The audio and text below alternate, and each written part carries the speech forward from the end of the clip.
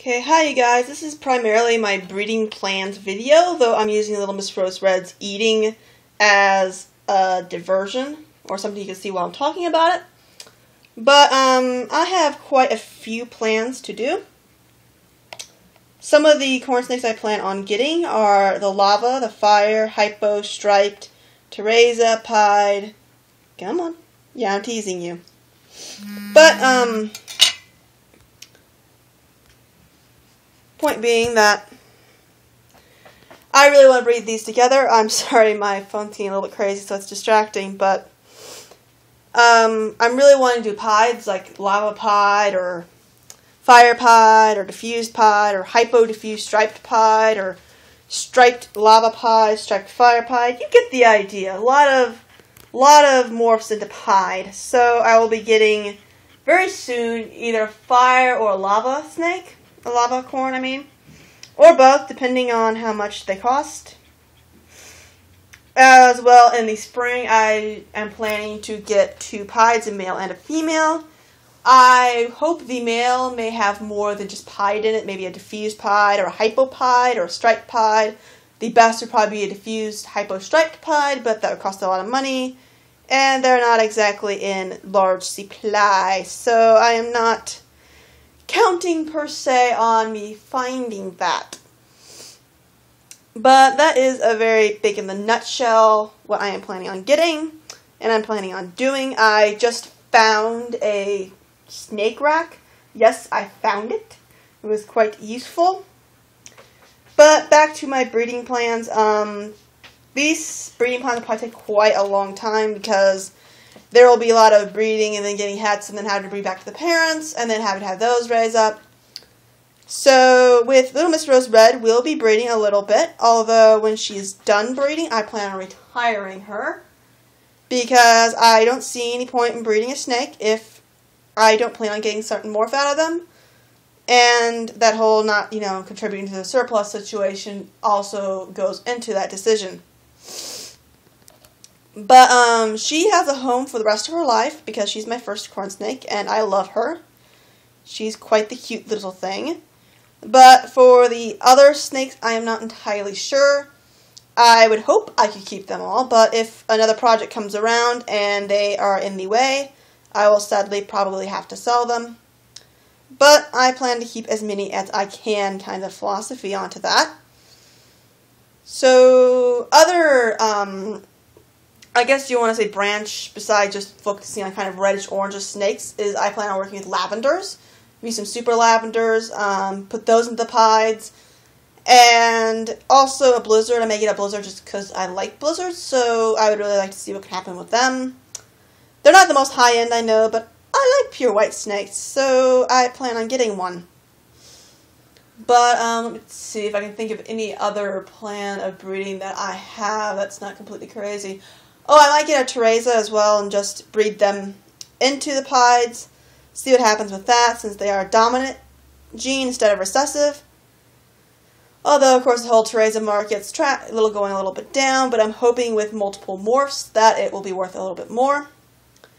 And on the note of being worth, I guess, going off that, I don't breed snakes for money at all. I breed them because I want to breed them. I want to see what the morphs do.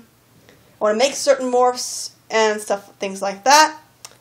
So it's not for money per se, but if I ever say I won't breed this because it's not worth it, it's not because I want to make money, it's because I don't really think I can sell the babies, and I don't want to be stuck with, 30-some babies I can't get rid of.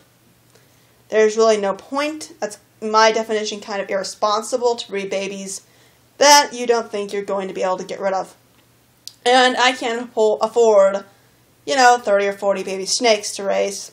So, when I breed snakes, I will be breeding them for a certain morph, there'll be some logical reason behind it, versus I'm just breeding it for the heck of it.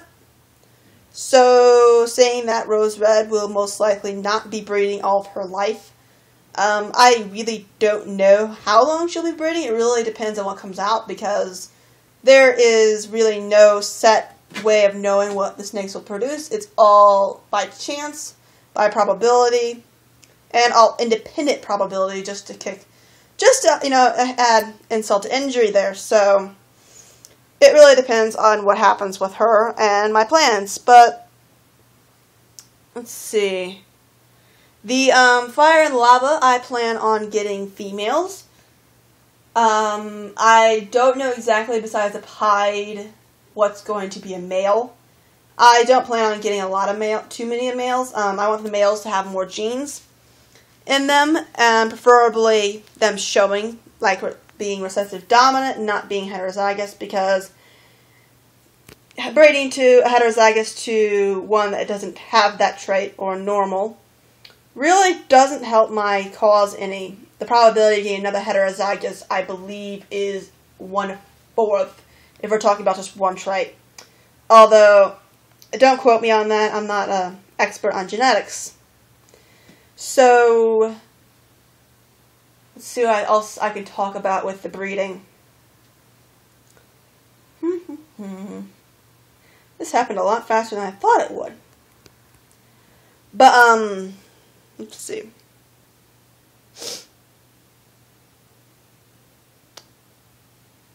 That is the basic plans of the breeding, at least with the corn snakes, I think. There are a lot of morphs out there that I think are pretty, but I just don't have the room / time / enough desire to breed them.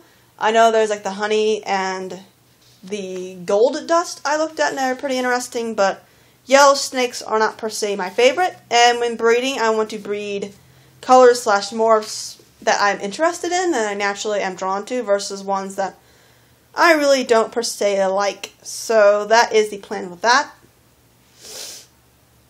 And Rose Red right here is taking her jolly good time, taking a little longer than she usually does, which she is on 2 3-gram pinkies now, so she'll eventually get one when she's done digesting. When she's, done, swallowing it and putting it to her stomach. But let's see if I can think of anything else for the breeding plans.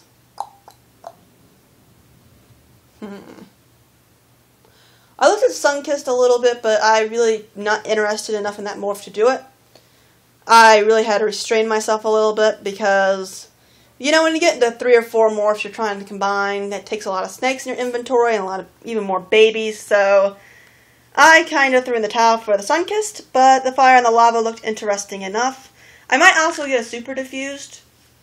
That looks quite interesting. I think she's ready for her next one.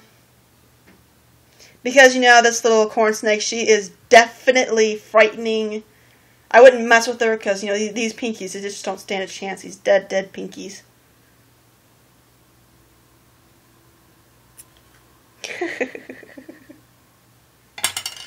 So, let me think of any other morphs. I know I'm rambling on, but I have a tendency of forgetting things, so I probably should have a list of things I want to talk about, but I'm not very good at that. Yeah, I think that's pretty much it with the breeding. So the rest of this will just be rambling on about some random corn snake subject, so if you don't care anymore, I suggest you turn this off. But, let's see, what other snake things can I talk about?